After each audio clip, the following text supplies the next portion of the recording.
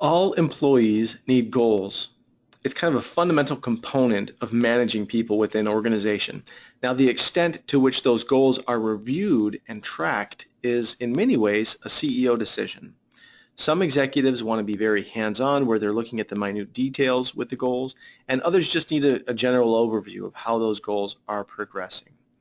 Now, when you attach metrics to the progress of goals, you all of a sudden are able to see some of the progress in a more visual way.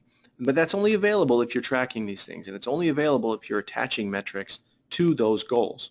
Let me show you what a couple of scenarios might look like. A CEO may want to see a page like this, where quarter after quarter they're able to track the success and completion of different goals.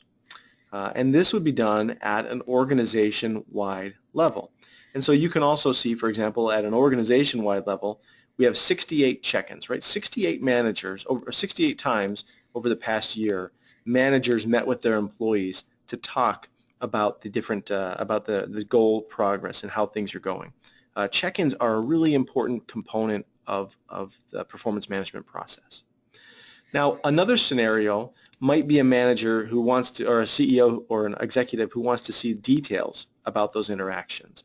So in this case, we're going to look and see that Josh Miller, a manager here, Josh has had 2 different check-ins with employees in May, whereas Stuart seems to have more check-ins than his colleague Josh. That may be appropriate, it may not be appropriate. It depends on your culture. One thing you may want to do is you may want to cross-reference this check-in frequency, the frequency with which managers check in with their employees, with the success of their team. If, for example, Josh is having less success than Stuart, perhaps part of the reason is that Stuart is proactively reaching out and talking with his employees on a one-on-one basis more frequently than Josh is doing. If that's the case, you may want to implement a policy where it's recommended that managers really do have more frequent contact with employees.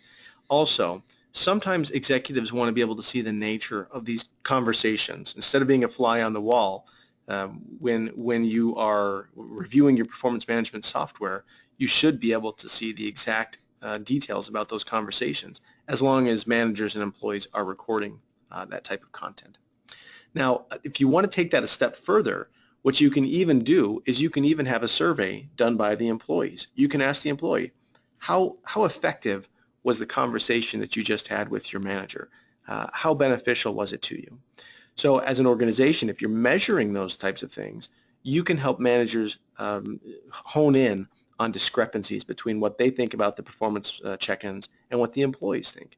And so it offers you a way to kind of have continual coaching for those managers. Managers don't always know what to say. They don't always know how to give constructive feedback. They often need to be coached in that area. This will let you see where those deficits are and where some additional training might be beneficial. Thanks for watching, and thanks for using Performance Pro.